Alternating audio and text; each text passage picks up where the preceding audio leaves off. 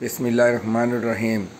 প্রিয় দেশবাসী ও আমার বিএনপির ভাইরা, আপনাদের প্রতি আমার আকুল আহ্বান। আপনারা জানেন বাংলাদেশের দক্ষিণ পূর্বাঞ্চল বন্যায় প্লাবিত হয়েছে। এখন আবার ফারাক্কার বাঁধ খুলে দেওয়া হয়েছে।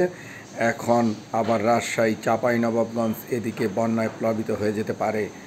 আপনারা যারা বন্যায় সাহায্য করবেন তারা একটি নিয়ম মেনে সাহায্য করা প্রয়োজন।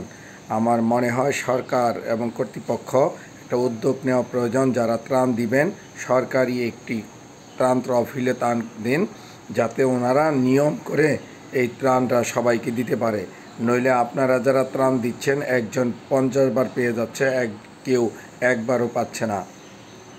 তাই আমার মনে হয় বন্যার্তদের সাহায্যে এগিয়ে আসা মানবিক দায়িত্ব।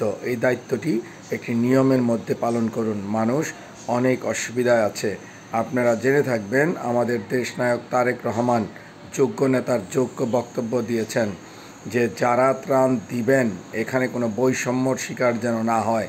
তিনি বোঝাতে চাইছেন যে কেউ আওয়ামী লীগ করে, কেউ বিএনপি, কেউ জামাত, কেউ হিন্দু, কেউ মুসলমান, ওই হিসেব করে যেন কাউকে ত্রাণ দেওয়া না হয়। সবাইকে যেন সমান বৈষম্যমূলক আচরণ করা না হয় কারোর প্রতি। আপনারা দয়া করে এদিকে খেয়াল রাখবেন। আর সরকারের প্রতি আহ্বান করব যে আপনারা একটি ত্রাণের খোলেন, যেখানে মানুষ ওই জায়গায় সাহায্য করতে পারে। ওখান থেকে সরকারিভাবে একটা শৃঙ্খলাবদ্ধভাবে যেন এই ত্রাণটা বিতরণ করা যায়। ধন্যবাদ সবাইকে।